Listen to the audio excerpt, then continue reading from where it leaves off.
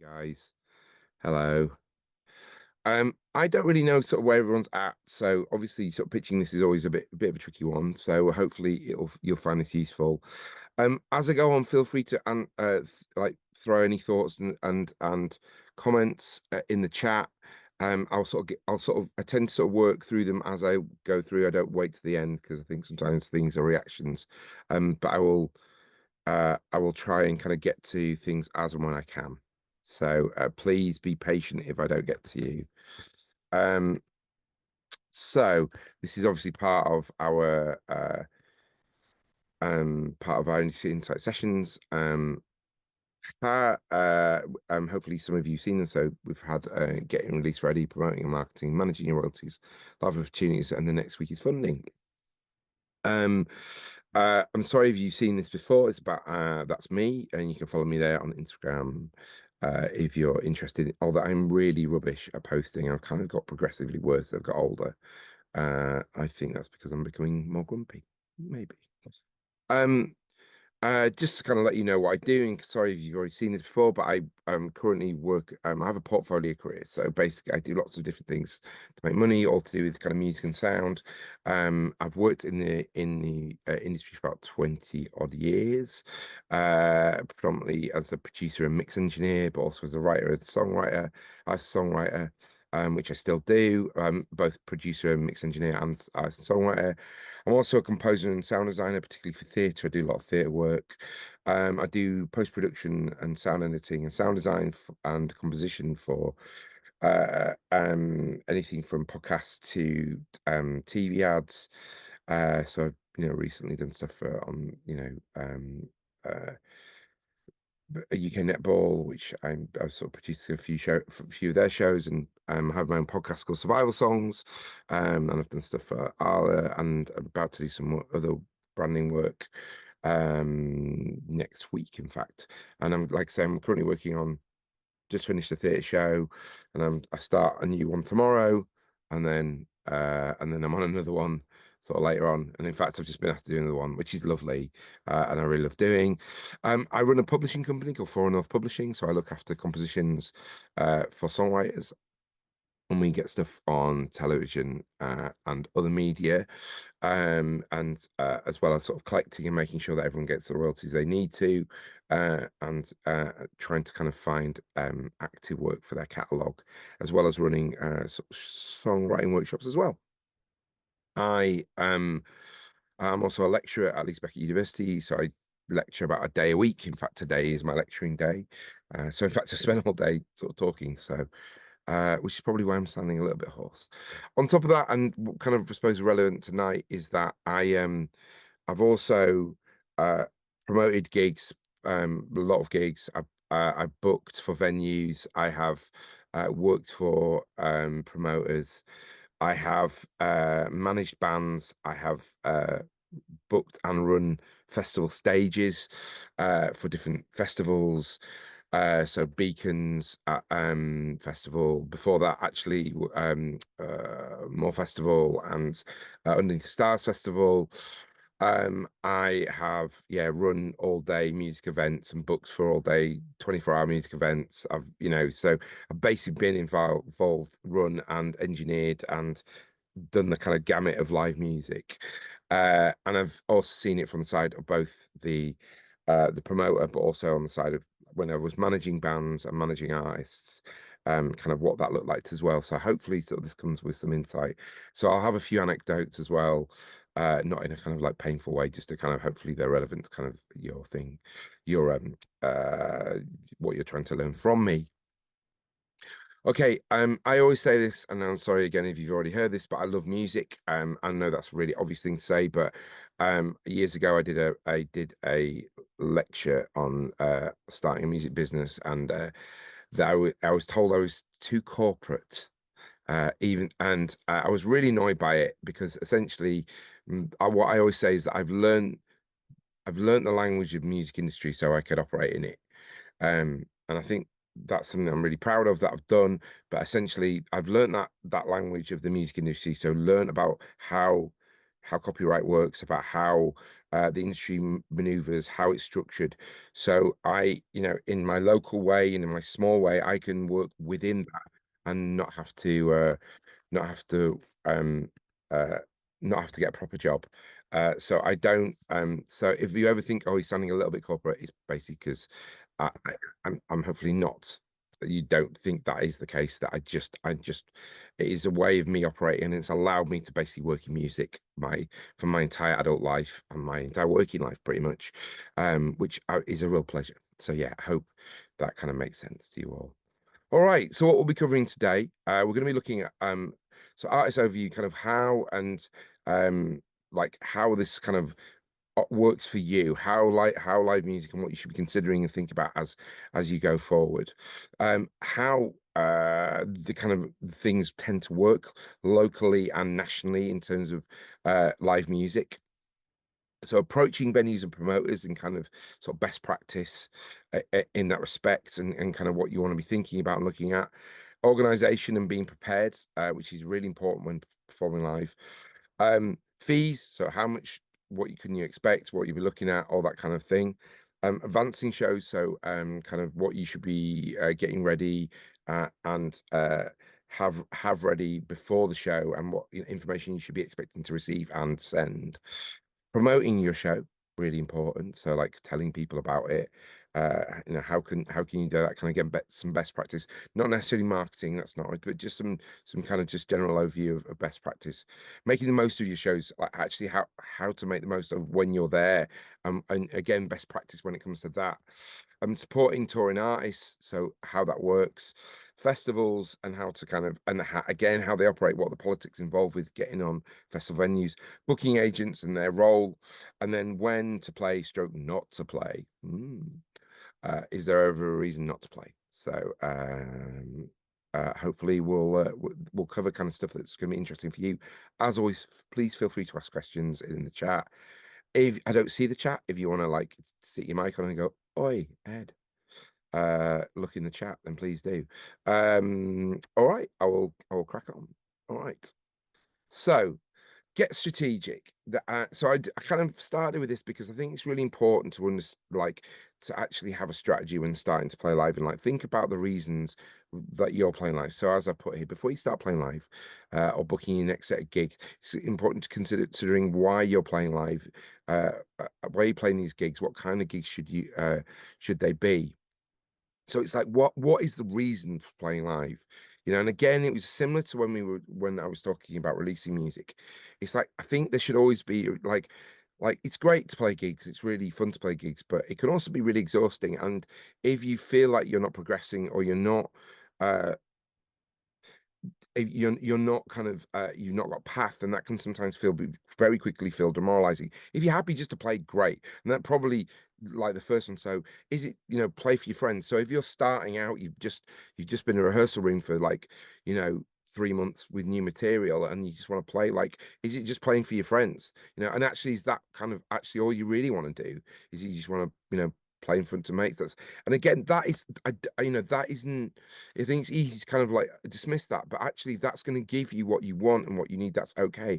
And also, if you're wanting to test new material and try out what it's like to be a live band, if you've been working with a new band or a new act, or if you're a solo artist, you're just trying out stuff, then doing that in front of a safe audience is really important, right? Because I think they will give you the permission to fail, and hopefully there'll be some people in there that you'll trust to kind of give you some honest feedback.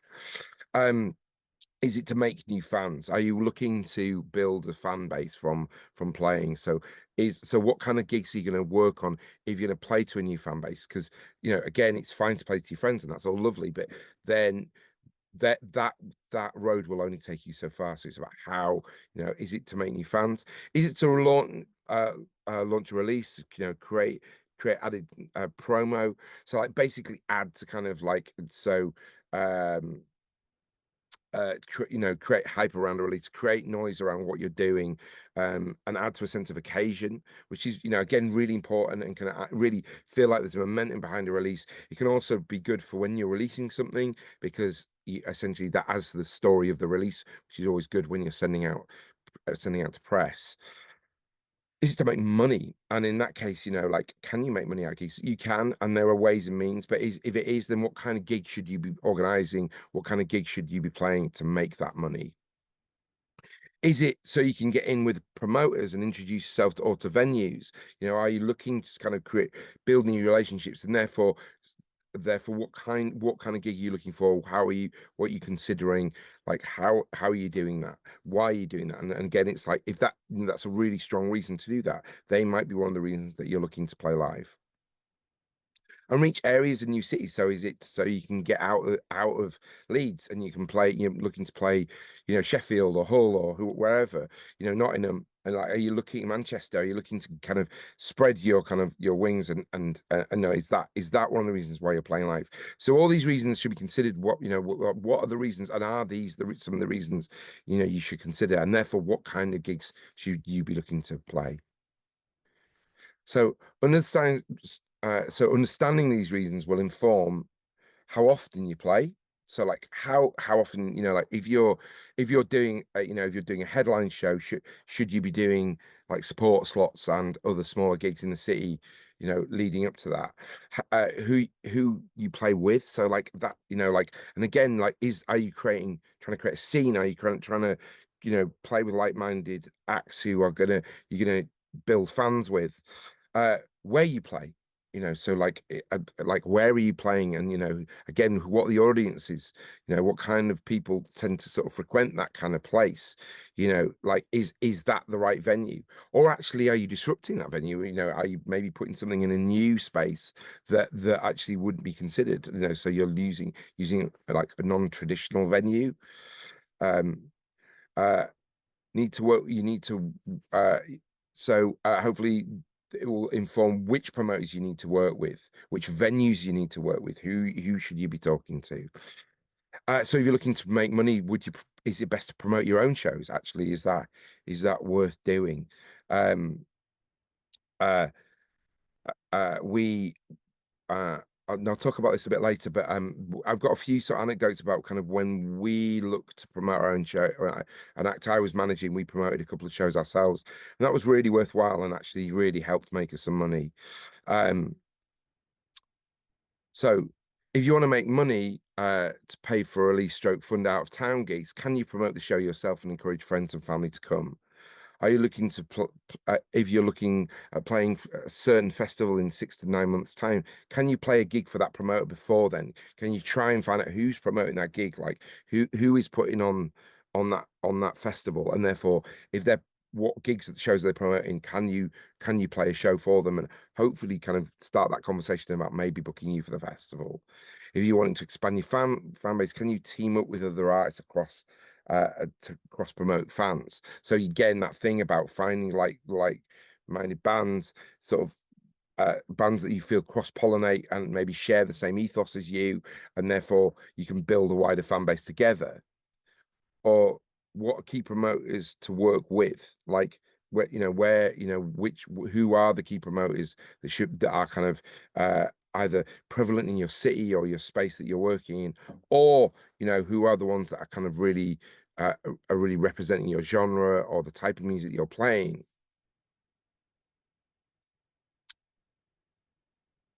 So we're getting ready to play. Think more things to consider. Who are your audience? Like, who are you wanting to go to your gigs? Like, because I think we do that thing where it's like, well, it's everyone. We want everyone to play this, like our music. Well, not everyone is going to like your music. We all know music is deeply subjective, and therefore, who are the people you're thinking about? Um, uh, so it's worth kind of like just really trying to break down that kind of like, and who are your audience? Um, what venues do they go to? So where do your audience reside? Like, is it where you want them to be? Because you might want to play the Brood now, but maybe your audience isn't at the Brood now. They're at Hyde Park Book Club, and so it's like, and so therefore, is it best to target the Brood now if they're not there? Who promotes the kind of gigs you want to play? And again, I've talked about this. If you're looking to play like a hard rock show, like if that's your thing, then is are like, is like Brunel presents the best people to approach, like it, and which part. So if you're looking to play the key club, who should you be talking to? It's like, so like you would probably want to talk to Slam Dunk if you're wanting to play more like sort of metal emo sort of style stuff. Are there other towns and cities you can target to build an audience? So think about the kind of people what connections you have, what other bands you might know, what other promoters you might know. Can you talk to them? Can you talk about maybe doing like a shared headline with them? Talk about can you so basically you play a headline they support in your city and they reciprocate. So can you kind of do that shared that uh, and that is natural for bands as much as it sounds like really obvious. Honestly, that kind of like discourse between bands is not an easy thing and not a natural thing. And when it works, it can be really useful. I've seen it happen. Like I promoted a band, I managed a band, and they the band that I promoted were kind of had a decent sized fan base in Leeds and kind of headline shows like the Key Club, and uh the other band had a decent following in York and could play the Fulford Arms and fit it fairly comfortably, and they had they had a similar audience, and and there was definitely a kind of cross pollination between the audiences, and they did it a few times and actually really worked. But you'd be surprised at how often that doesn't happen. So yeah, it's worth, it is worth reaching out, talking to those bands because they might be looking to get into Leeds, and if you're looking to get into, I don't know, yeah, to Manchester or to Oxford or wherever it might be, like, is it worth reaching out to those bands? You think I really like them? Would they talk to us? And probably every chance they will, and at least have that conversation.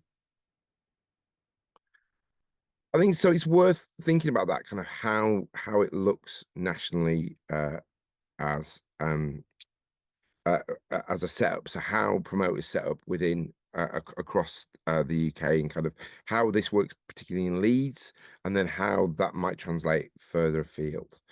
So and again, some of you might already know this, but I think it's really worth knowing. So some venues have in-house bookers, so they already have, so they'll have people booking gigs for them, and that's and quite a few venues in these apps, really do. So some venues have bookers who work mainly for a venue but are not employed by the venue, so they will, so they'll work, they'll do they'll promote predominantly in that venue, but aren't actually. So they'll be an independent promoter, but they'll work predominantly within that space.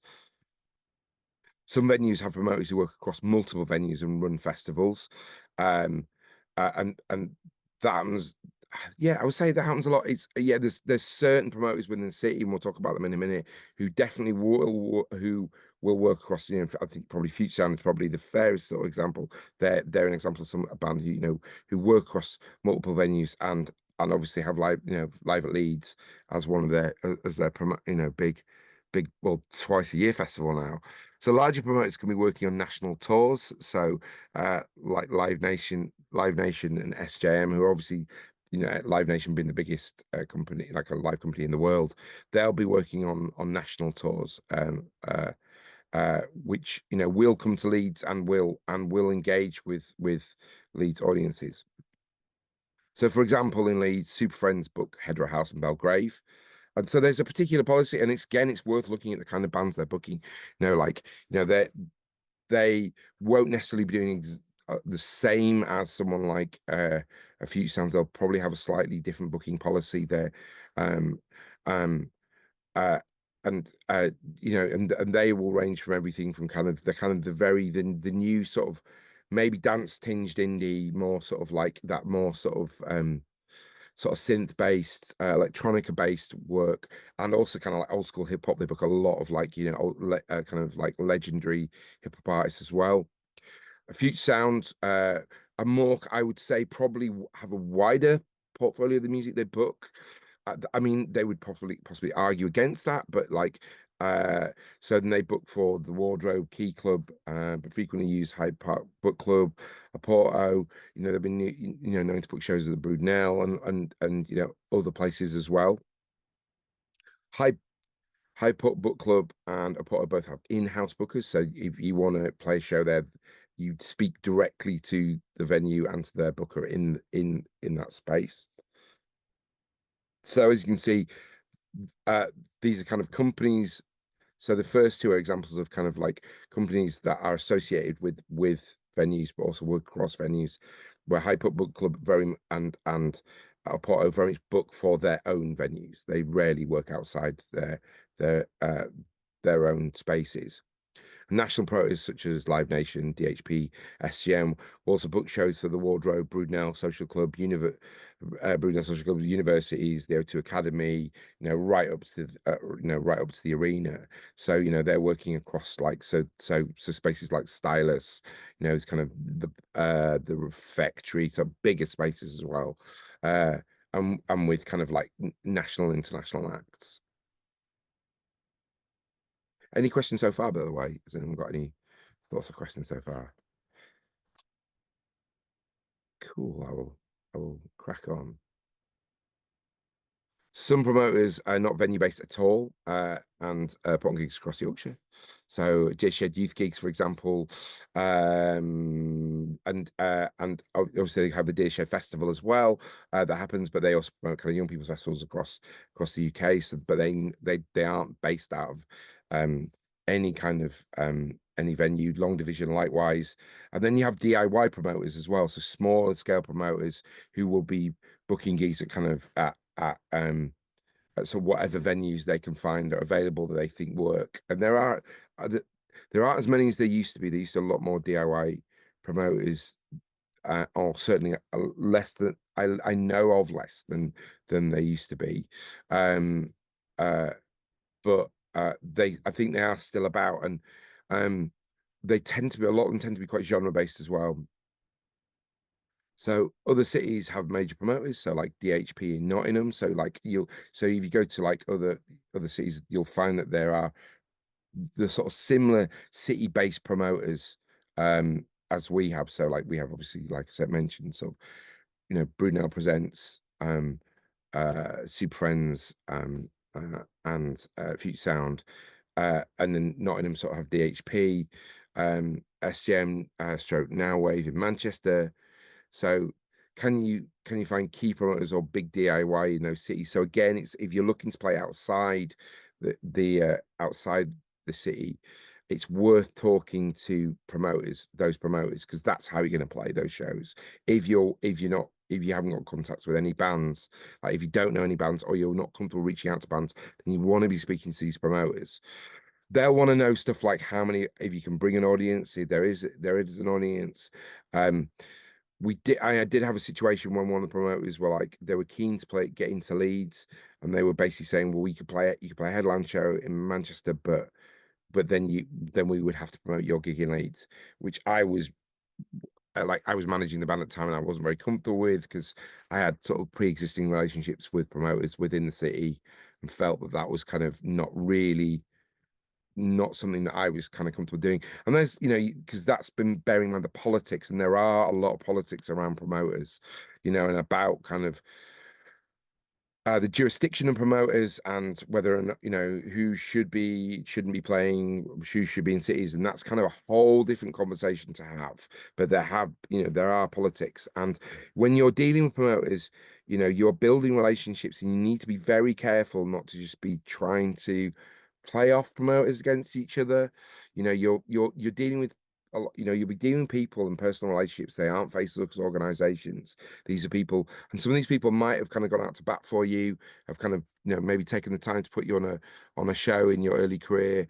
And then as you've moved up the ladder, be careful not to just kind of jump ship quickly, because, uh, you might need them, and you might want them to support you for something, and there might be opportunities coming up, yeah, so be very careful, very careful building those relationships with promoters. We're going to talk about that in a bit. So get to know your area and the areas you're hoping to book gigs in.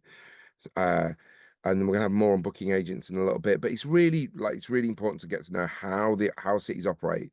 And Leeds operates in in a very particular way with particular venues and booking and promoters, as we've seen. And but yeah, they're really important to remember that these are people, and they're people who generally give, they really care about live music and local music. They are into it, and and so you need to not just sort of see them as a meal ticket, and and it needs to be a reciprocal relationship. So on that, approaching venues, do your research. Who do you need to be talking to? So who are the key players? And I'm thinking, I know I've mentioned this before, but like, who are the people that are going to be most relevant to you? And like, can you get any names as well? Who's like the person who's maybe booking those kind of gigs? Who are the who are the kind of useful people to get to know? An email is really worthwhile. Maybe phoning the office. Less people are less kind of into that and less inclined by it. But if you built, if you've maybe start with, like a few emails, there may be a chance to kind of maybe arrange a meeting and talking to them as you go further on. But ultimately, you're just trying to, approach them by email and be patient as well. Like, promoters are dealing with like hundreds and hundreds of bands a day, and the amount of times I sort of speak to bands and I'm like, "Have you spoken?" And they're like, "Oh yeah, we emailed them. They never got back to me." It's like, of course they didn't get back to you. I'm going to be really honest. It's unlikely that any promoter will get back to you first time, just because they're really busy. So send a polite reminder, and don't be afraid to kind of be persistent, but not a pest. Yeah. So that's a fine line. But a couple of times a week, we try and kind of just remind them that you're there. Just keep following up on those emails. Yeah, because there may be a reason that they're not getting back. And there might be also reasons that are external to kind of business that they're not getting back. Matt asks, in terms of finding people initial and building those relationships, I'm trying to speak to uh, trying to break out of pub gigs and in pub gig scene and into venues like a Porto, Hyde Park Book Club. I'm not sure how to find those people.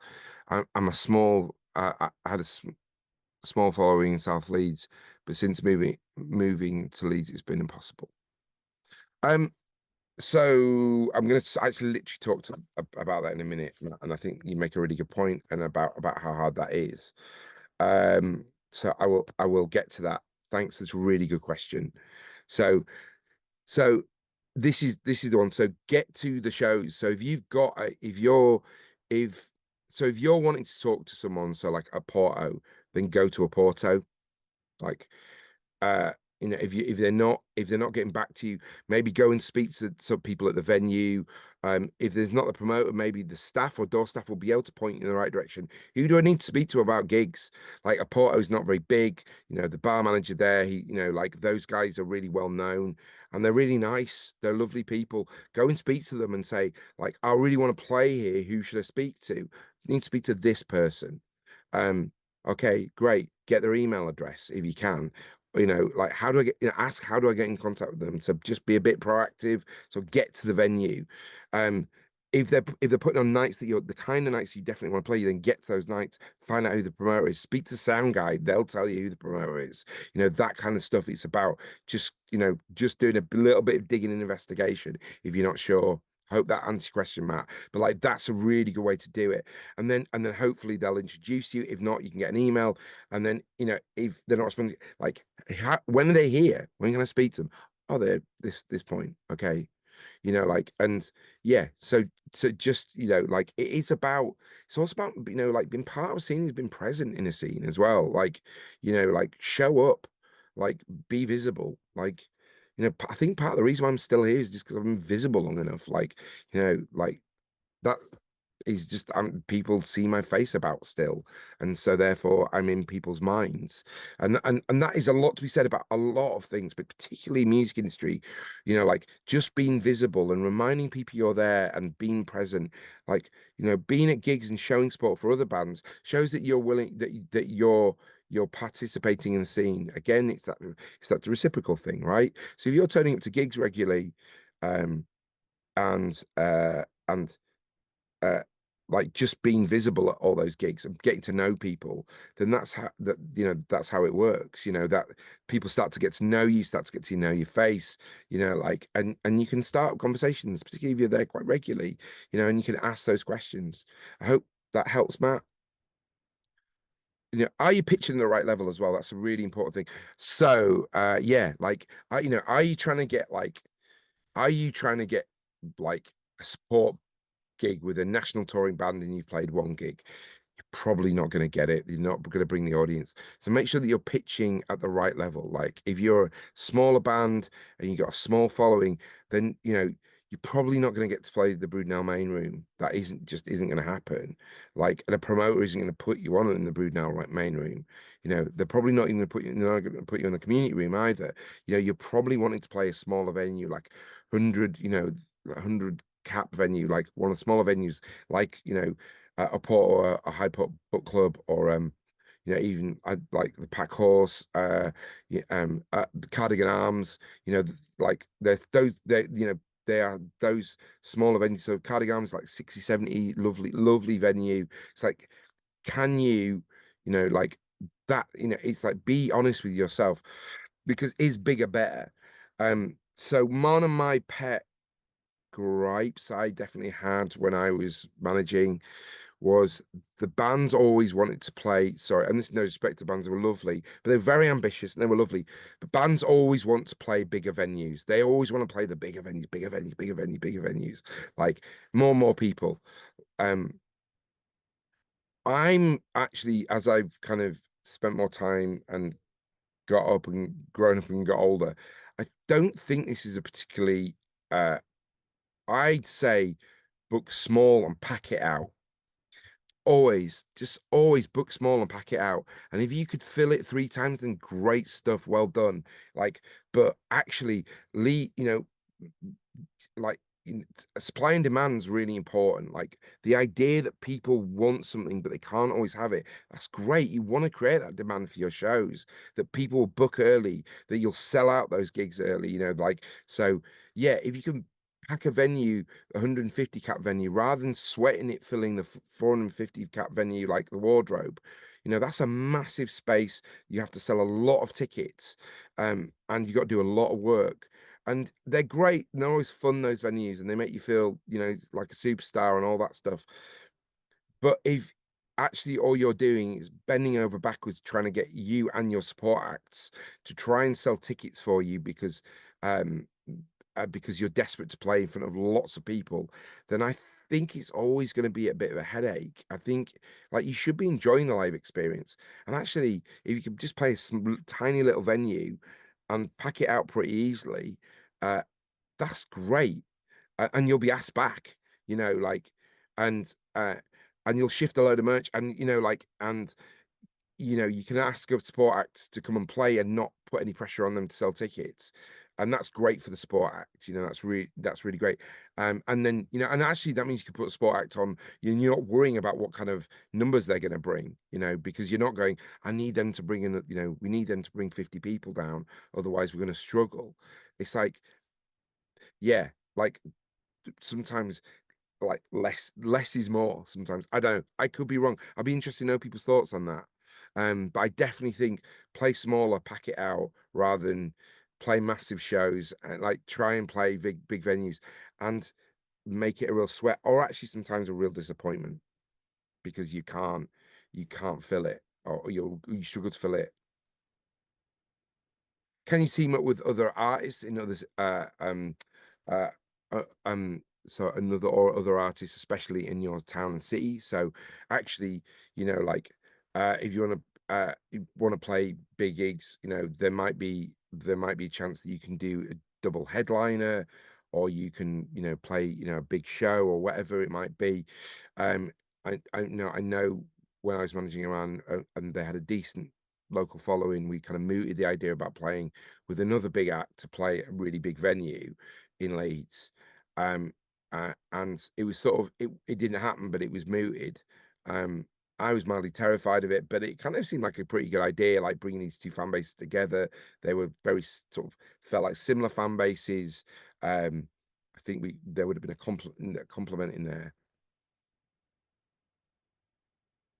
So I probably spoke. So I was going to mention this. So especially if you're looking to make money from a show, can you book your own gig? Um, so when you work with a venue, you will when you work with a promoter, you'll be splitting. You'll be doing a door split with them, and uh, you might also so there might be kind of auxiliary cost that ends up sort of like ends up costing you quite a lot of money. Um, I was it was another band, so I've managed sort of three bands in my time. Excuse me, I'm just going to take my jumper off and getting quite warm. Um, uh, so I managed three bands in my time of management. Uh, uh, and so one of the bands I had was the first band I ever managed. They had a really they were called the Finleys, and they were kind of like big kind of like indie pop band. And they had a decent following leads, a really good following leads, and we've been doing a lot of shows for Future Sound, which have been great. But uh, w- we wanted to get some money in the coffers, and we were kind of, if I'm really honest, we were sort of getting a bit like we've been offered like a gig, and it kind of wasn't really working for us financially, and so we decided to put our own gig on. Uh, so we booked Morley Town Hall, not Morley Town Hall, that's massive. Morley Working Men's Club, which is about 300 cap venue because the band were from Morley, and there we sort of and we build it as like the prodigal son's return, sort of. And it was we sort of bigged it up quite a bit, and it was sort of tongue in cheek. And we booked a PA system, booked a lighting rig, and we sold it out, and it was brilliant. And we sold out loads of merch, tons and tons of merch, and we made a lot of money because basically the Working Men's Club. We said to them, "Listen, we can guarantee that we're going to bring 300 people here." So they gave it to us for nothing. Um, we hired a doorman to do security. I was on the merch stand, and we booked PA and lighting. So yeah, and it was we made a lot of money doing that because we knew we could fill it. We knew what our audience was worth. We knew what they would pay. So we knew our audience were either in Morley or would come to Morley because it was kind of like also for the novelty factor of it because we booked this like nutsy venue. And we did. We packed it, and we made. I think we might have kept the Working Man's Club open for another year, just on bar take, because they did really well. And I'm sort of mildly kicked myself I didn't ask for a cut of the bar take as well. Um, uh, but yeah, so like, and that worked out really well. And so we worked outside the promoters for that gig. We were launching a new single as well. So we that and that was so that was really that was a really useful thing to do to make some money for the gig. And so it is sometimes really useful to think, do I need to go through a promoter this time, or can I actually run it? You may so many smaller venues are available to hire, and you may, if you pay for a sound person, and like I say, we booked in lighting as well to kind of add to the show. Can you be more personal with an audience and allow you to curate a lineup with other artists who help you introduce them to your fans of music? So it's about kind of like again that idea of cross pollination. Can you maybe do um, kind of like who should we work with? Who should we support? Who should we be talking to?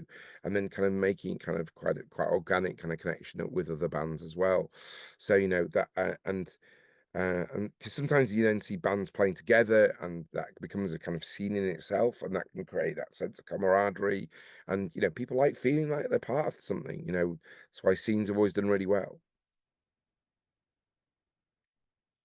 Is there any questions before I move on about that stuff? So just kind of sum up on that. It's about kind of knowing why you're playing gig, knowing how to promote, what promoters you should be talking to, and like what are you asking for? Like what are you wanting from them? Like and are you wanting a sports slot? Are you wanting headline slot? Are you wanting you know, all that, you know, and like making sure that you know what you're talking, what you're asking the promoter for, what, you know, how are you pitching it? Are you pitching it right? Um, and is it right for your audience? And is it in the right place for your audience? Any questions? Excellent. So pre-gig organization. So again, to be clear what you're approaching the promoter for. Are you going to play any show for them? Are you saying we will play if you're promoting? So like if it's are you asking the promoter saying to the promoter you'll play any show? And as I mentioned, are you looking for specific support slots? Are you looking like is there a band on tour you are desperate to support? Now again, there might be high demand for that. If it's a big artist or it's a kind of like very kind of, I don't know, got a legacy artist or whatever, then there will be high demand to play that. So what can you bring to that? You know, why should they choose you? Be prepared to kind of pitch why you should be playing that. You know, what are you asking? Again, headline. Are you asking for a headline with specific dates? Are you asking, is it like actually we need this time because this is where a single comes out and we want to headline that show. Now and you can, I've done that with promoters. I've gone to promoters, go, we're releasing a single, we want to play this date, we'd like to play this venue if possible. We've also, I also pitched for, promote, sports slots as well, and was lucky enough to sometimes get them. Are you ready anytime? And so this is a really important question because you what you want to be able to do is if you are like know whether or not you can say yes. It's not being able to say yes every time. It's just knowing when you can say yes. So how do you do that? So this is about organization. So make sure all your band members are on the same page when you're talking to promoters, um, especially if you want to take advantage of last minute support slots. So if there is suddenly like a band coming into town and the promoters haven't yet chosen who's going to support that act, then you want to be able to be in a position if they are asked to say yes, or at least know for certain that you can say yes, or you can say no. So having and really obviously having shared diary or calendar is really, really important. So knowing who's doing what, like, and that's not hard to do nowadays, right? So having kind of like shared Google Calendar or iCal or whatever that might be. Like, so knowing where everyone is at that point, if the guitarist is unavailable or the singer's unavailable, that's marked in the diary. So you know that you can't say yes to those dates. You don't want to be kind of going, yeah, we can play anytime we're ready to go. And then, embarrassingly have to kind of sheepishly having to say around. Communication is really key with this stuff, like again, you've got to make sure that also that everyone else is on board when you're booking those. But like you might be the person who's booking gigs for the band, and the band really aren't feeling those kind of gigs. So you all have to be on board with the type of gigs. There has to be kind of a communication about why you're playing those gigs.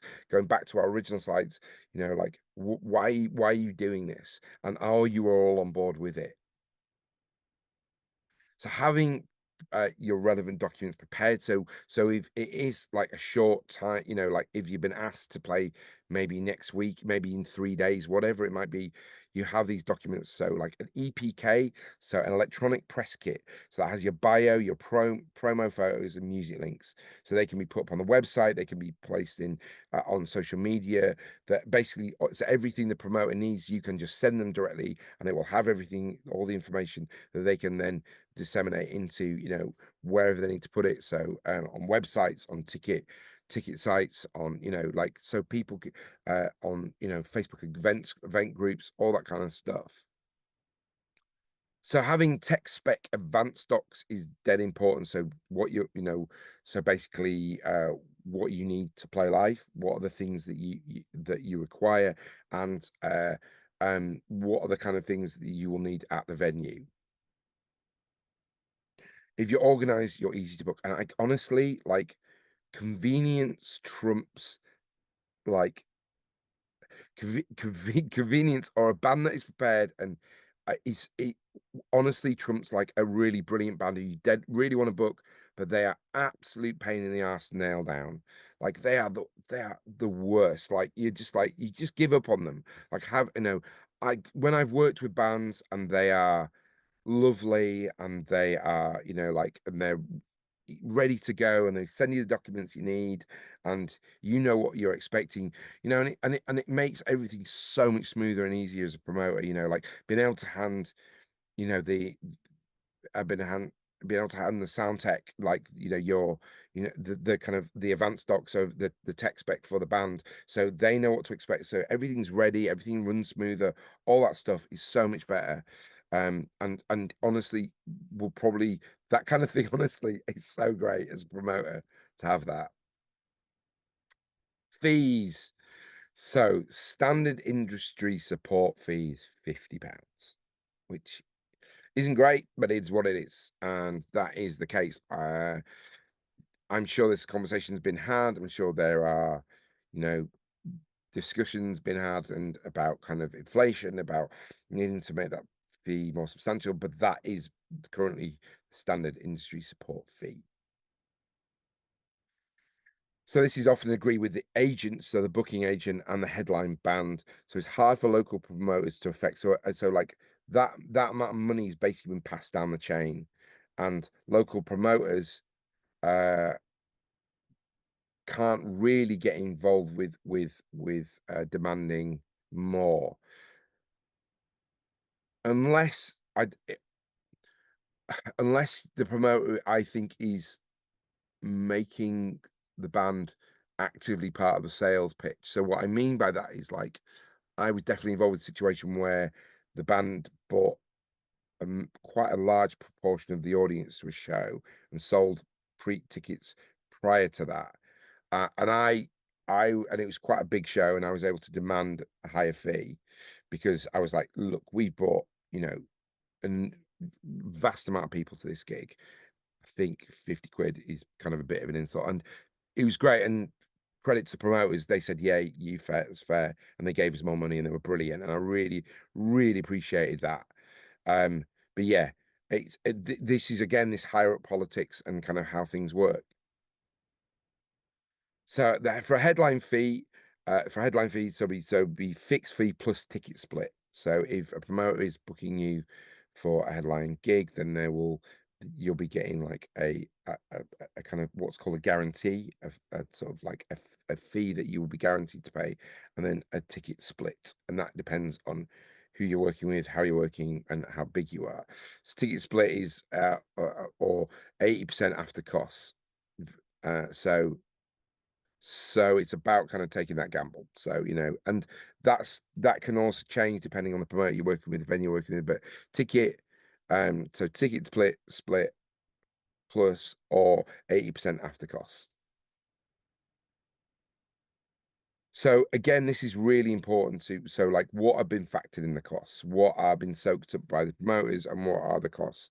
So if you are looking for 8% of you know, and 8% of the take, then they'll probably push a lot more costs onto you. So security, crew, the rider, is that all part of the agreed cost?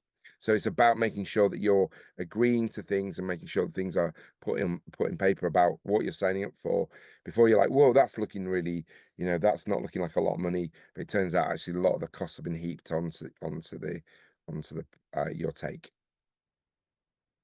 So the different types of ticket deals. So is like, so cost per ticket sold.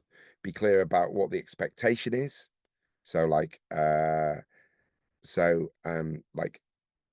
many tickets you sell and like how much you're getting per ticket. That's a really important to know. Like, okay, so what am I getting per ticket? Not great, but often starts building relation to it between promoters and new original artists. So if you can sell tickets for a promoter, so like if you're like you know, you've agreed you will sell tickets at a certain like and you will take a cut of those tickets, like it's uh, like you'll sell 50 of them for them. It's it it's doing a lot of their work for them, and they are very pleased for you to do it, and it's a good way to build relationships. But you know, it's also you doing the job that they're supposed to play. Um, uh, Pay to play, which is very much sort of frowned upon, and So which is basically the artist pays in advance of tickets, so like, and then sold to their fan base. So which basically pays, so it means that if the band can't sell the tickets they bought up front, they're basically saddle the cost. This is very much a frowned upon uh, practice. Band I managed, they're approached by a promoter who was trying to put on a festival but couldn't basically afford the upfront costs, and asked would they buy tickets in advance for it. And we, was just a flat no. It was like an absolutely not. That is not happening. It's like if you can't afford to put the festival on, then the festival's not going to happen, because what you're essentially asking to do is asking the artist to but take on the burden of that. So I would avoid pay to play pretty much wherever possible. You see, there was a few competitions that used to be around that were very much based on the pay to play model, which you got to play in a very big venue and a very prestige venue, or seeing the prestige venue, and you bought tickets from the promoter, which you then sold on to your family and friends and supporters to pay in that venue. So there's quite a few competitions that ran like that, on the promise that you'd be placed in front of, A&R people and record label people. But essentially it was a pay to play setup. I don't want to call it scam, but it was certainly a setup. Um, so advancing a show. So so what you need to advance a show, so you need so a tech spec. So like what do you need on stage to play? So like drum kit, amps, how many DIs, how many mics you need for on stage, where do you want your monitors, all that kind of stuff, really important. Now that might be slightly more flexible if you're a support act. You might have to kind of like, just that might be slightly tempered, and they might have to go, listen, we can't do it there. But it's basically saying this is what we would like. For a headline show, you can absolutely pretty much demand that. So your rider requirements, what would you like on your rider? Now these things are kind of obviously become legendary, the whole green M&Ms, only green M&Ms and all that kind of stuff, which are sort of become part of rock and roll lore. Um, uh, and there's also the famous ones like, massive artists who want, white couches with lilies, and in the backstage and all that kind of stuff. I get it. I mean, especially if you're a big artist and you're touring the world and you've got the money, then why wouldn't you ask for something to make you very comfortable? But rider requirements might be some water and some fruit. Um, I know a band who always asks for fresh pairs of socks as a joke, and sometimes they get them, sometimes they don't. But yeah, it's one of those they sort of think it's funny, so they just ask for them. And yeah, sometimes and depending on the size of the show you're playing and whether or not you're sport acts, or if you're first sport, your third, second support, so the like kind of first on, will depend on how much of that rider they're willing to give you. Um, be realistic, I suppose is what I'm saying. So organized shared backline. This can be last minute. Be prepared. So, for example, an actor might want to borrow your bass, borrow your drum kit, whatever. Be prepared for that to happen. Be ready. Be open as well. Try and be as nice as possible. So food, accommodation, travel expenses. Travel expenses, like if you are traveling to a show, or like will those that any of those things be covered? A buyout, so like so you're just essentially that it's single fee, you're not getting anything else on that. So scaling up expectations of bigger gigs stroke festivals, so like will you get the opportunity to do that? Will that be and also like making it so actually so scaling up your tech spec and uh all that kind of thing. So making sure that you have different scalable advance. So one that's maybe for smaller gigs, one that's for a bigger gig. So being aware of like what you've been asked, because you might have a little tiny setup that's really good for like intimate shows, but you need to scale up for a big gig. So contract terms, kind of what's in there, like what's expected, cancellation, sort of, so dates, like how much you're getting paid, like what what's the cancellation term, so like it can they, will you still be paid if they cancel a gig 24 hours before without 24-hour notice, all that kind of thing. So worth having it. So an event, and so basically having these documents is really important. So making sure that you have kind of stuff that you can send very quickly, that are pro formed, ready to go whenever you're asked for them. So promotion. So make sure it's listed. Like it's really important that if you're putting on a gig and you're wanting people to come to your shows, make sure that it's available, listed on Songkick, Bands in Town. It's connected to your website, Spotify, social media. Like it's visible. Like it's the amount of time that people go, oh, I just forget to do it. Oh, I just don't bother. Oh, like it's like and then whinge because people don't turn up. Like you have to do everything that you're in with the tools that you're given to make them work.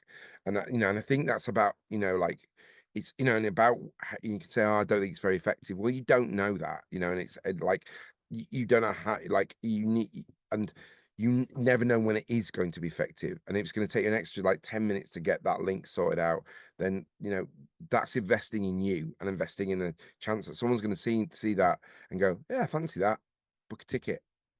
So making it visible is absolutely key. Not being coy about it, not being like, oh, just want to play it low key. Low key doesn't work, especially in a world where we are surrounded by noise. Like you are, like you are adding to that noise, but and yet yes, but also if you can't be part of the choir if you don't sing. Literally just thought of that. Quite pleased with it. So creative Facebook event if you're still active on Facebook. I know not everyone is anymore. I'm not, but like, if you are, make sure you do it. It's, again, you go, oh, is it, are they, it doesn't matter. It's there. It's people, it give the people an opportunity to come to your gigs. Really important.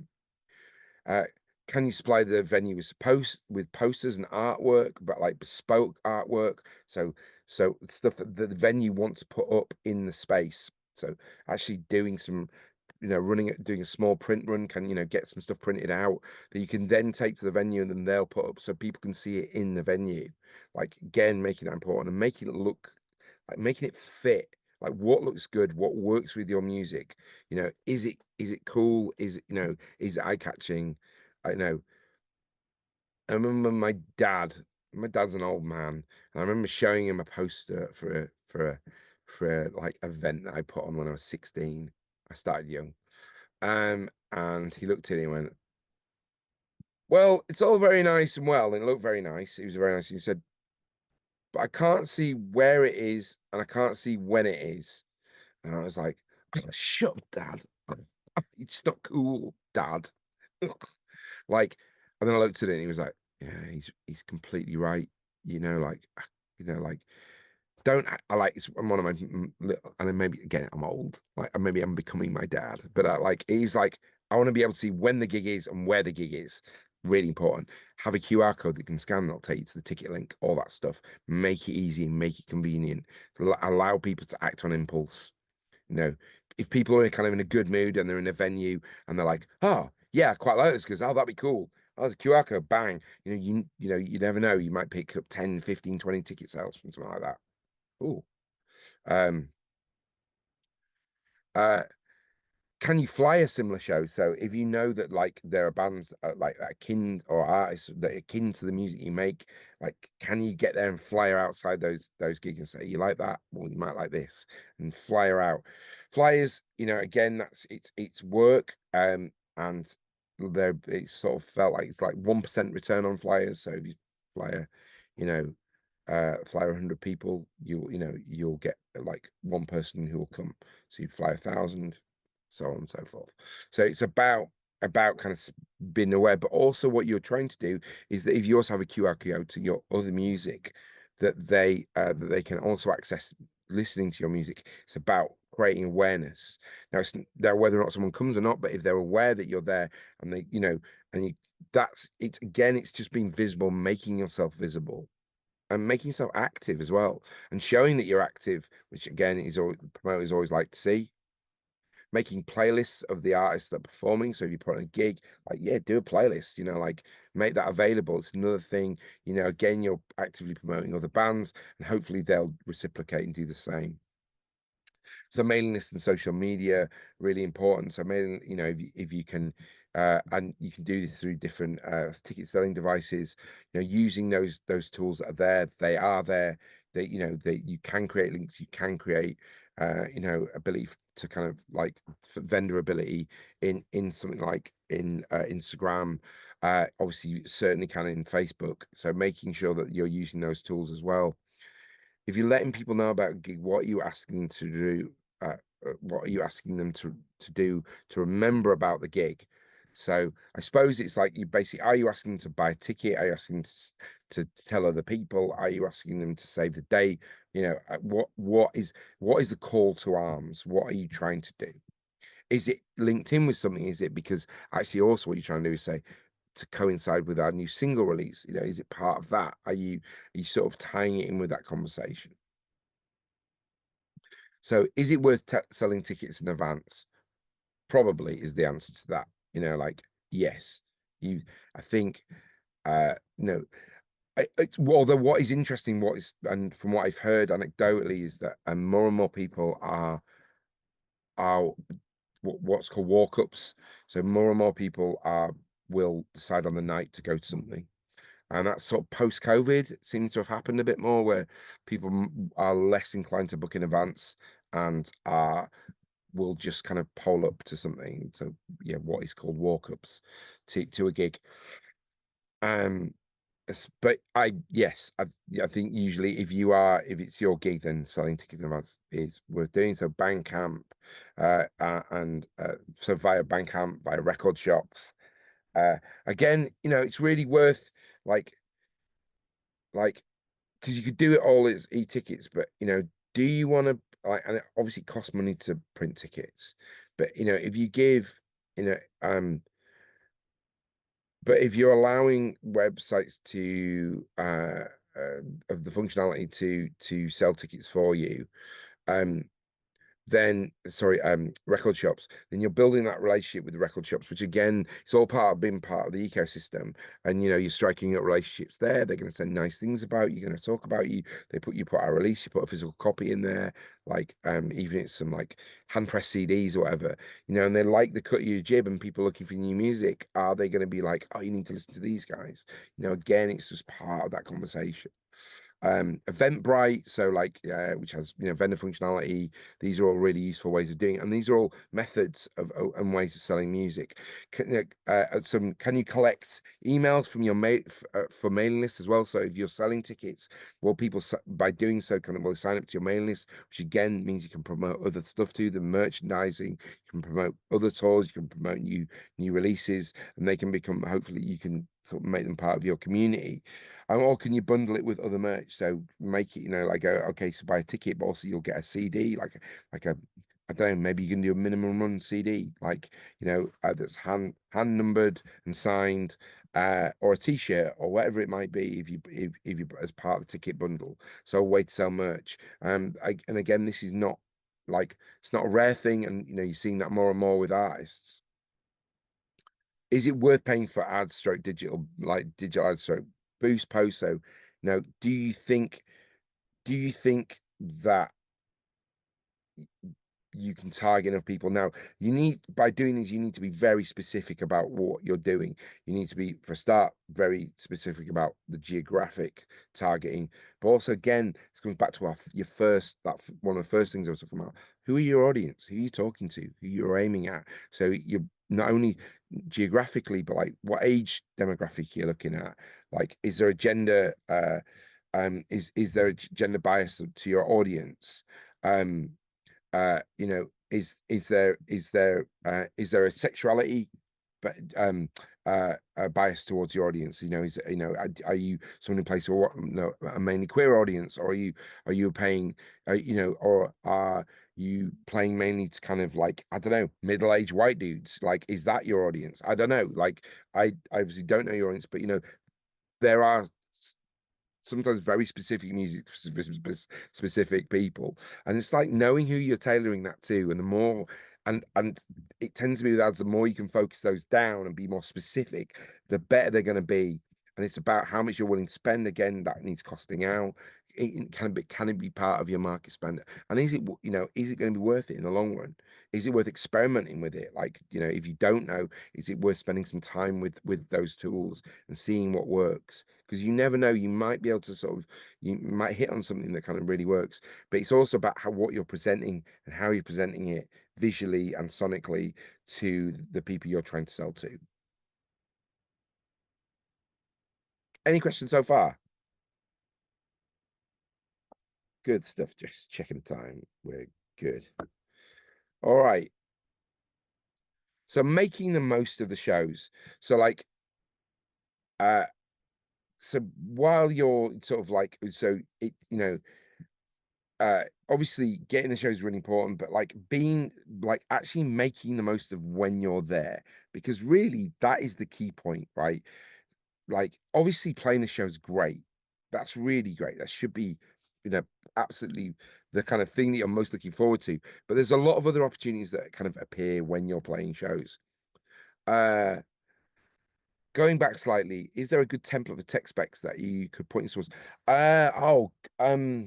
No, but I Oh, blimey, I'm just destroying my studio there. No, I haven't got any links, I'm afraid.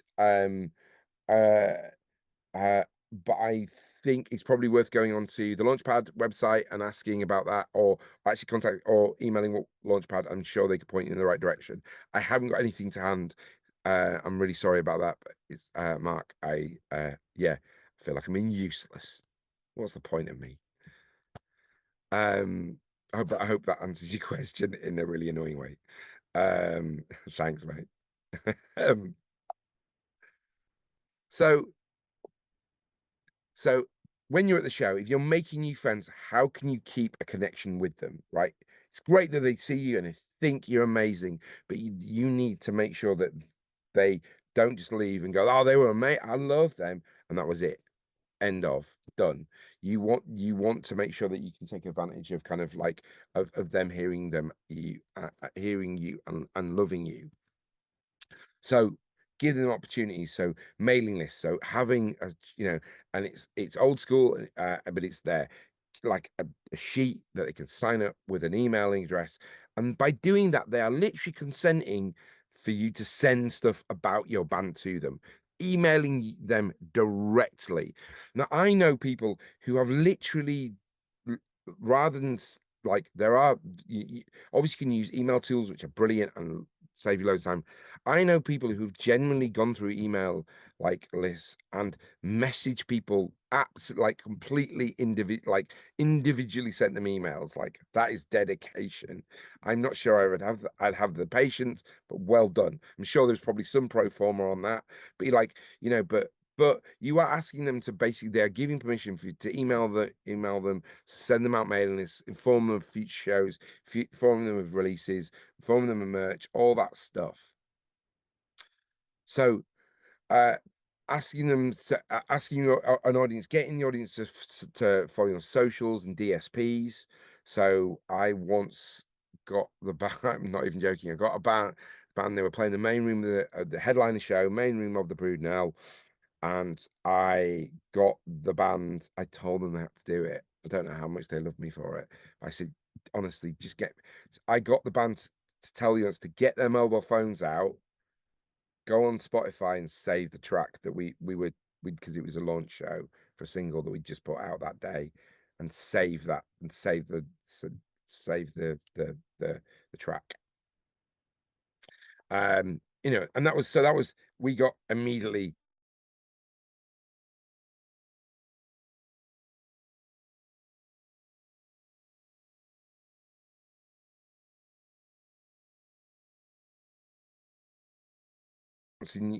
So obviously, and you can obviously do that with QR codes and scanning codes as well. So making sure you do that.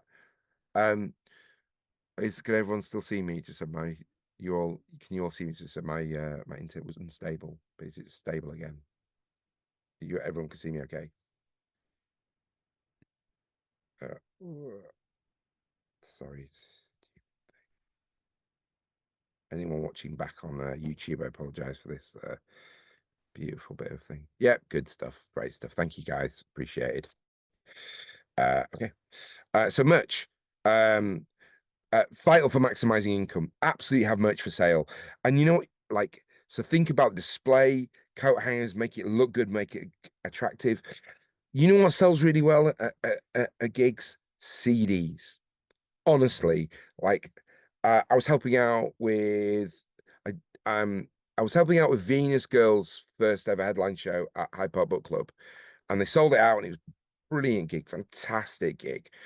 Uh, and I basically we decided to do a run of CDs. Now, bearing in mind, Venus Girls' audience is, you know, sort of largely female, uh, um, and largely Gen Z. So like, or Gen Z, as they say. I like um so largely identifying as female, largely Gen Z. So uh and so not natural CD listeners. And honestly, they flew out. They just literally burnt a bunch of them on a CD burner, did kind of some DIY art, and because people want a memento. If they love you, they want a memento. So have stuff that's like, you know, like nice, you know, that's expensive, like t-shirt and stuff. If people are willing to pay for that, that's brilliant. But also give them options, like stuff like CD that you're selling for like a fiver. People will buy that. That's less than that's less than a pint of beer, you know. So yeah, like have stuff like that, stickers, badges, you know, kind of short run stuff that won't be like loads of money to upfront press if you can, but make sure they look good, they're in keeping with the aesthetic. So another thing that those guys did, actually, I remember that really worked, is they bought a whole bunch of stuff from secondhand shops, and then they screen printed Venus on the t-shirt, so that basically upcycled like a whole bunch of stuff, and like was selling them for a fiver, like, and you know, again, they flew out. They just, people bought them like because they're really reasonably priced, and obviously they hadn't had to spend loads of money on you know, getting t-shirt prints. So you see what I mean? So there's ways and means of not having to spend loads of money on merch, and but still maximizing kind of the impact of merch, but absolutely maximize. So think about kind of like the kind of merch you're selling, you know. Also, is that going to work for your audience? That's great. It was sort of very much worked with Venus Girls, kind of like DIY kind of punk thing, like, but like if you're like slightly more bougie, you know, is that what your audience want? You know, are they going to want upcycled t-shirts? Don't undervalue, really important. Absolutely. You know, like don't. So my, people, again, a pint of beer, like typically in a venue, is £5 to £6. Like music is worth more than that, right? Don't be just giving stuff away free for the sake of it. Like, you know, I remember that used to be a common, you know, should you be giving out merchandise free to kind of just so people can, like, if you don't place value on something, like, and like, then they, um, like if you don't give something value, then they have no imperative to. But if they've spent money on something, then they absolutely will. You know, so like have stuff that's affordable. Don't undersell it, and don't lose money on stuff. Like don't sell stuff because you just want to sell it. Like make sure you're making a markup on that, because that's how you function as a band. You're not, you know, like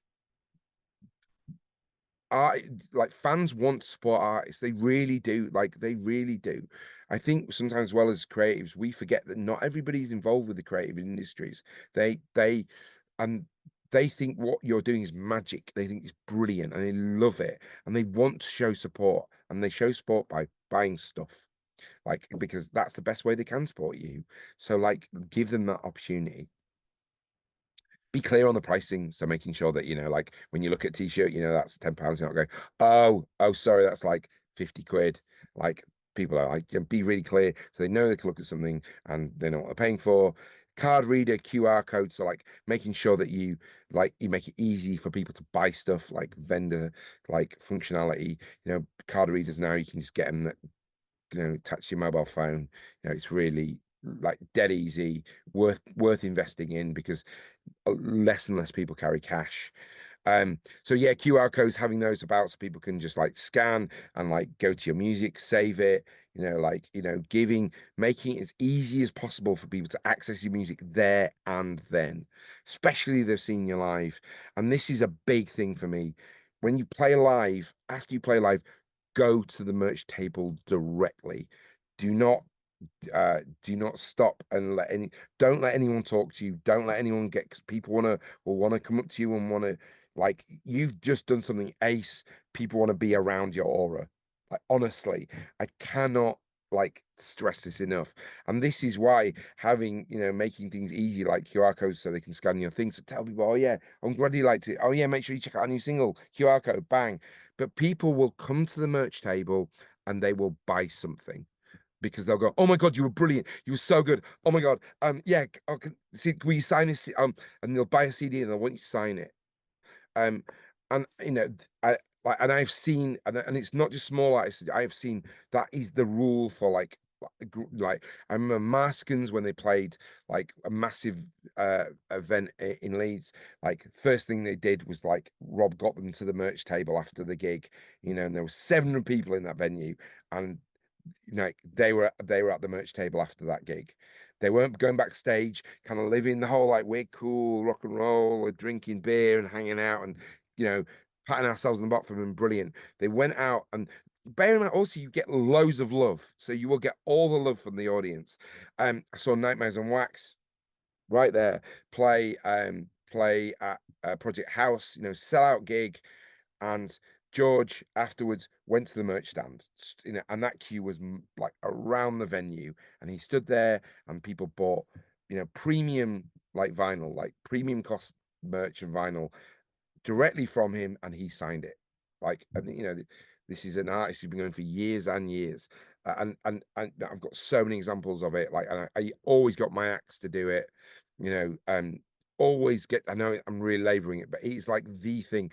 The amount of bands I see who then play a really good set and they go backstage, and it's like you are missing out on merch sales. You're missing out on interacting with your audience. You're missing out on just getting some love, like that. That's part of why you do it, right?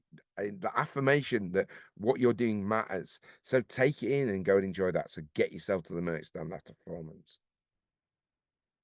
So making the most of the show. So if you're making new friends, how can you connect with them? Sorry, no, sorry, I've already asked that question. Sorry, that was my bad bit of writing. So just some really good best practice. So be on time. So like honestly, like as someone who promotes, an artist who's late is really annoying. They throw everything out. It means that sometimes it can throw the sound check, the get in, the sound check, all that stuff, and it is infuriating. It's unprofessional. Be on time. Uh, be prepared to be flexible. Things change. So like what amp you might be able to use, or like can someone borrow your drum kit, whatever. Be prepared, be flexible, and be prepared to be flexible. It's always nice. Allow other people to other bands where possible to use your gear. So they're like, can we borrow your bass amp? Let them use it, man. Like, unless you're like, I don't know, it's so specific, no one can use it. Fair enough. But like, let people use your gear. It's polite, it's nice, and hopefully you make someone will reciprocate when you need stuff as well.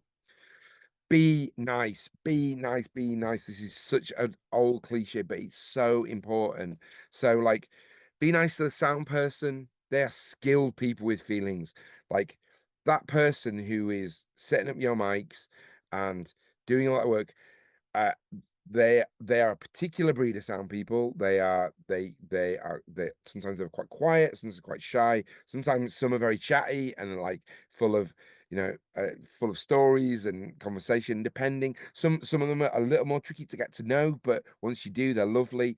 But be nice to them. They are doing a really good job, really tough job, and they will make you sound great. And if you're an asshole to them, they might not. They might not put that extra little bit of effort in. That might just be the little sweet sauce that makes you sound great.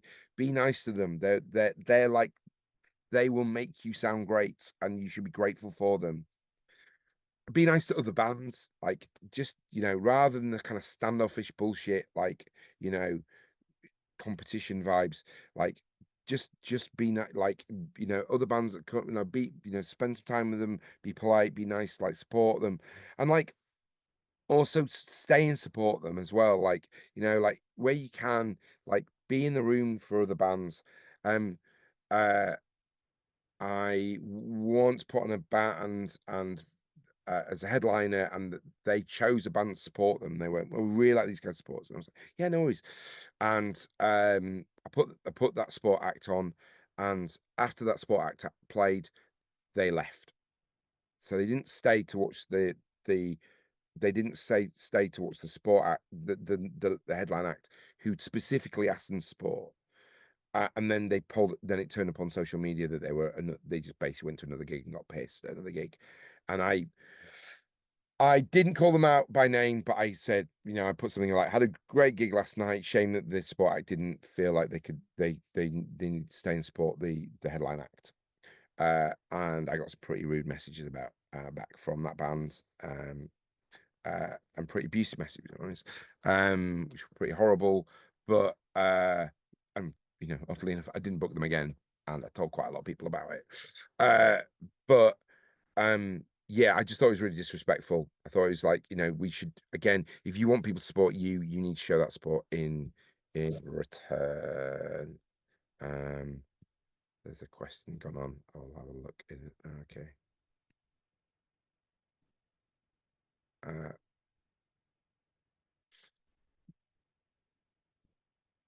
Uh, sorry, I can't quite see that.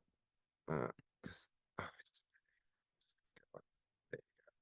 so Matt says, I'm doing a single release at Vinyl Whistle later this year. I'm imagining due to the size, I'm gonna be mostly mates fest, but obviously there's room uh there to be a fair chunk of new people there. Would you say it's still worth selling merch in that instance? Things like stickers and t-shirts and uh CDs have historically just given out at small cost to invest it at cost to myself, but is it worth investing? That's a really good question, Matt. I would say it's absolutely worth you having some merch. You don't necessarily spend loads of money on it, but I wouldn't give it out, sell it. Those people are there, they're prepared to pay money for for beer and crisps and all that kind of crap, like stuff that they're literally gonna like expel from their bodies. You're giving them something that they can keep forever, and it's your music and it matters. So I would absolutely say you should. Now I'm not saying yeah, like invest in stickers. If you can't afford t-shirts, that's totally understandable. But like, you can hand burn a bunch of CDs. So nice to get loads of press, but just like hand burn like 20 CDs and do some like DIY thing, charge a fiver for them. People will do it. Like people will pay for those things. And honestly, I really do. Yeah, absolutely do. Because you want people to take that away. And even if they're your friends, doesn't mean, I know it sounds really weird, doesn't mean they're necessarily going to promote you if you don't give them the tools to do that. So yeah, like definitely is my answer. Definitely worth investing in. Um, just and find ways and means of doing that inexpensively. Yeah, I hope that answers your question. uh but I would always do that. So yeah, be nice to the staff, like, so oh sorry, bar like bar staff and all the people out there, like who are working for the thing. um sorry, so uh who are working for the venue, they like they're working hard, they're doing a job, like, and they will, if you're an asshole, they'll report back. That gets back, so be nice. It doesn't, I know it sounds stupid, but like give them the time of day. They're doing a really important job. They're making things happen within the venue. You never know, that person who's working by the bar might end up running that venue, or be the booker for that venue. So like if you claw in their throat because you're a bit of a dick to them, then you know they again, that's it's all about personal relationships. The promoters, obviously, be nice to promoters. They're putting you on, they're giving you a shot.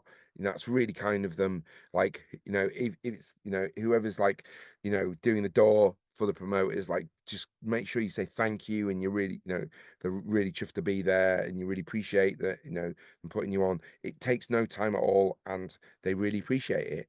That's it makes a good, you're making good impressions. And honestly, that stuff goes such a long way. I can't tell you, I honestly think part of the reason why I have a career is just because I'm nice to people. Like, there are definitely loads more people who are talented than I am out there. But I think I've always tried to conduct myself in kind of a nice way, and therefore people maybe give me the time of day because of that. Be nice to the audience. Like, don't be like all a Luffy pop star. Like, like say, be nice to the audience. Like, if they come and talk to you afterwards, then give them time of day. That's really nice. They're invested. It means they're invested in you. So, you're not too cool for them. And remember, people want to work with nice people. That's really important in this industry. People want to work with nice people, and bad news travels fast. When bands are assholes, like, and acts are assholes, that, like, promoters talk to each other, people working music talk to each other, and those reps travel fast, and they quickly don't get booked. Because yeah, I have dealt with a couple of bands who were just unbelievably arseholey, like just awful. I was trying to book them for support slots for the band I was managing, just colossal assholes, and were demanding stuff that was just absolutely like ridiculous. And I ended up just saying, yeah, you're right, thanks. And like, um yeah, and I've run into them a couple of times, and it was always a bit awkward. But I was also quite keen to tell people, like, yeah, I wouldn't bother with them. They're really hard work, and actually, that news travels pretty fast. So yeah, be that stuff, like, it really matters. Like, absolutely, like, have agency for yourself. Like, it's okay to negotiate. It's okay to say, I'd like this, and I'd like to be paying me per hour. These are the things I want. But it's not saying you just have to go, oh, yes, thank you, thank you, thank you for everything. But when you're in person, and you remember, like, yeah, negotiations can be grown up. But when you're dealing with just people, be nice to them. So yeah, that's I know it sounds really obvious, but seemingly isn't that obvious in music sometimes. So support slots, they're often dependent on the artist, agent, and management. So it's like what the artists want. It might be what booking agent um is involved. So they might be sort of like, they might want people who are also on their roster involved, and also management as well. They also sometimes, like, and also what you want is sometimes a promoter. We worked with a promoter once on a gig, and the third act they put on, we had basically a brilliant lineup of like basically pretty much like a uh, for want of a better word, kind of female fronted bands. And no, that is not a genre. But it was acts who had really brilliant, strong female front women who were amazing, and the promoters booked for the other act a ska act in Hawaiian shirts, and it was like, come on, dudes. Um, so it doesn't always go right. But often dependent on artist, agents, and management. So these decisions are not sometimes outside the kind of realm of the promoter. And so the promoter might get a kind of chance to decide very late on who they can book. So that's why things come in late. Uh, do your research on artist teams and who else is supporting them across the tour. So like, so if you know that like they're booking similar acts, then do some research about, like, like um who, like, are you going to fit with what they're looking for?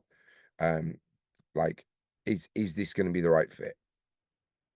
If you're supporting, when you're supporting a band on the night, make, again, sorry, be nice, say hello, be respectful, make a good, impression. It is their gig.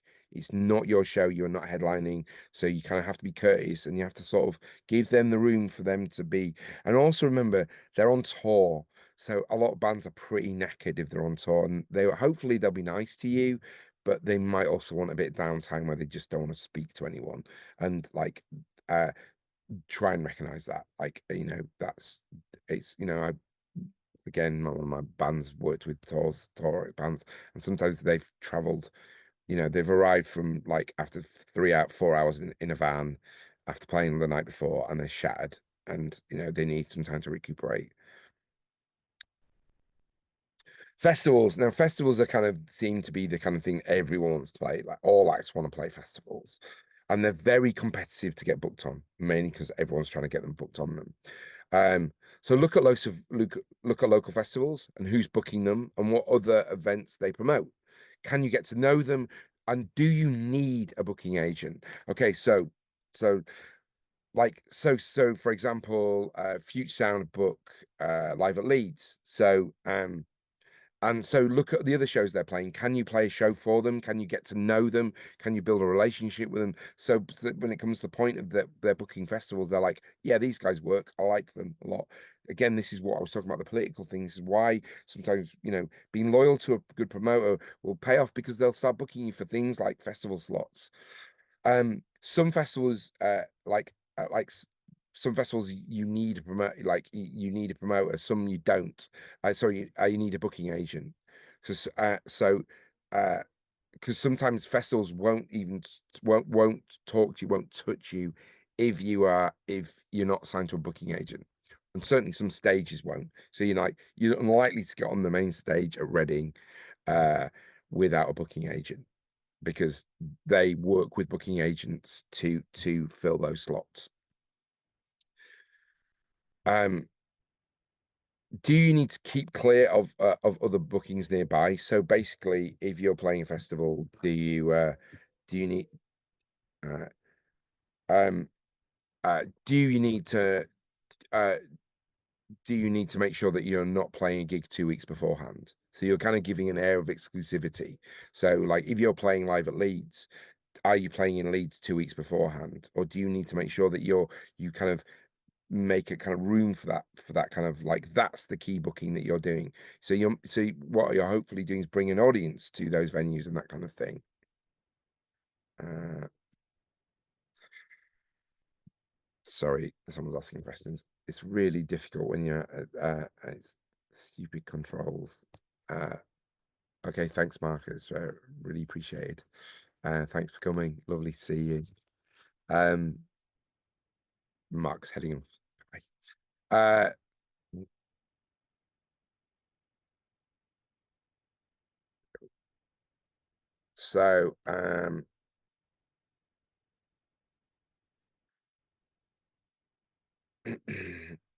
so so think 9 to 12 months ahead. Will you be in a position to benefit playing a festival? So, like, are you going to be in a release cycle? Are you going to be gigging regularly? Are you going to be present on the scene in 9 to 12 months time? Or are you going to be in a writing process and therefore actually play, playing a gig isn't really that easy or necessary at that point? So you want to be taking advantage of that slot. So what are you doing around that festival that's going to absolutely maximize that time? So if you are going to get booked to play live at Leeds, for example, are you then going to make sure that you're putting out a new single around that time? Are you going to be making new material available? Um, so to kind of create a sense of momentum around that kind of festival slot. So booking agents we've mentioned, but these are key to festivals, support tours, and growing nationally. So basically, a booking agent is just that. So they book gigs for artists, and booking agents can have rosters that span from like Beyonce, down to kind of quite a new local band that they think have legs, have good audiences, think have good momentum behind them. Um, uh, and so festival promoters tend to work with booking agents to book because they want to book their big artists, right? So they will work with those booking agents to book uh to fill the festival slots and make it as attractive as possible to an audience. And a lot of time festivals won't take independent artists because they want to work with those booking agents because they're guaranteed a quality, they're guaranteed, there's a kind of an ease in terms of also administrating that because they're dealing with one booking, like booking agents. They know that there's a kind of like that kind of artist liaison. job is done much smoother. So they are very key to kind of getting booked, particularly, and sport tours as well, because sometimes like booking agents they want to book, maybe have an artist that's on their roster that's booking the same. So I see there's some questions coming in. Okay, thanks, Gabriella. Nice to see you. Bye bye. Um,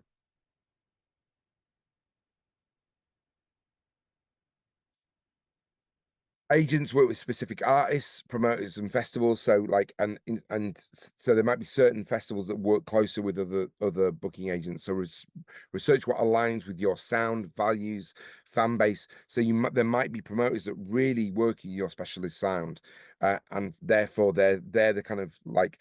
And so, look at acts, look who's booking, look who's booking for them. And you can usually it says on top of a poster, uh, you know so whatever, X-Ray Touring or Kilimanjaro, in association with then the promoter. So it'll have the name of the booking agent on there, who of the acts you like. So go and have a look at their roster. You can do that and then get in contact with them.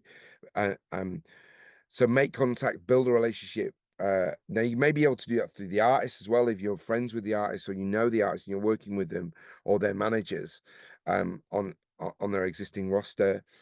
In my experience, booking agents tend to like to work with artists with management. Um, so they essentially don't necessarily want to deal directly with the artist. They want to talk to the management, and then the management basically deal with the act.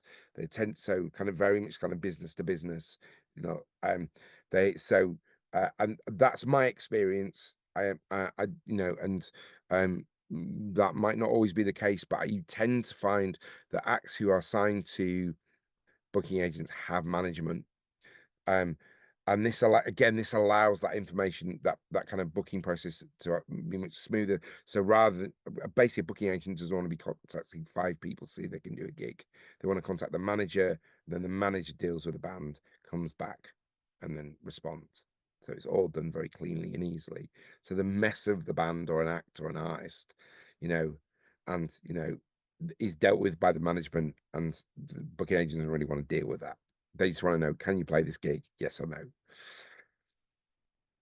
If you're playing in London or Brighton, because they invariably are based sort of down south, invite them to shows, and they do come, like they do come. I've invited booking agents to shows, and they've shown up. And so yeah, please do, like, it is worth doing.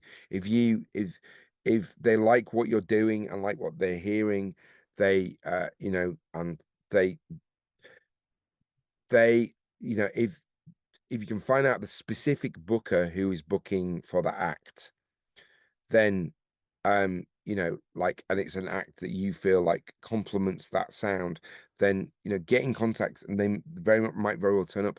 And I'll be honest, sometimes as well, what we found as well is, like, those booking agents might even like put you on at other venues because they're interested in you. They want to see more of your work, but they don't want to commit yet. So they might actually like find more gigs for you, which is which can be really useful. Like, we got one of the acts we had, we got a great escape slot through a booking agent who was interested in signing the act. So they hadn't signed the act, but they were interested in it, so they booked them on the Great Escape, which is brilliant. So like so actually the opportunities were built purely because they'd created a dialogue with booking agents. So it's a really useful contact to have. And booking agents will take 10 to 20% of fees before costs. So before costs are worked out, they will take 10 20% for booking shows for you. The art of saying no, it's really important to be able to say no to gigs. So more gigs in one place is not often beneficial. So playing Leeds 3 times a month doesn't always mean you're going to have 3 times the audience. Actually, just means what you're probably doing is watering down the audience for 2 of the other gigs. So actually, sometimes, as much as you want to be playing in a place and you want to build a fan base, you've got to be careful not to saturate. So consider what is the aim of your show? Why are you playing that show? So is it worth saying yes because you're releasing something, or you haven't played in that city for a while? Uh, is it to grow an audience? So therefore you're playing, maybe you're playing for a kind of a newer audience, or a kind of like a bat with a band that are akin to your sound, and therefore you're interested in playing that gig. Is it to build relationships? So a promoter asks you to play a show, uh, and you've played 3 weeks ago, but actually you really want to sort of build a relationship with this promoter, so you say yes to doing that. If it's making money, then actually, is it worth saying no to a lot of shows? Because what you're trying to do is not play anything, so you can sell as many tickets as possible to that headline show that you're trying to make money from. Does it compromise? And yes, so and therefore does it compromise the aims of the other shows? Like if you're like been offered a gig, and uh like you've got a really great headline, like, or a great support slot, like, second support to a really good touring band, but you're offered like a little, like, another show on top of that. Is that going to compromise the kind of the quality of that gig? Like, it's about making sure you're giving focus to as many gigs as possible. How does it fit in with your longer term plans? So like, you know, if you're planning to do a single launch in a month or month and a half, but you're then playing, does that fit? Does that work?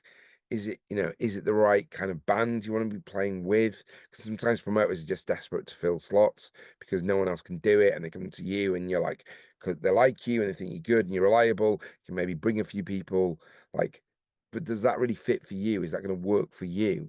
And sometimes, you've got to say, no, actually, that's not right for us. It's okay if you say no. Like, and does it fit with your plans? So if you're planning not to play Leeds for 3 months because you're doing a massive show, then is that a really good idea to take that support slot on?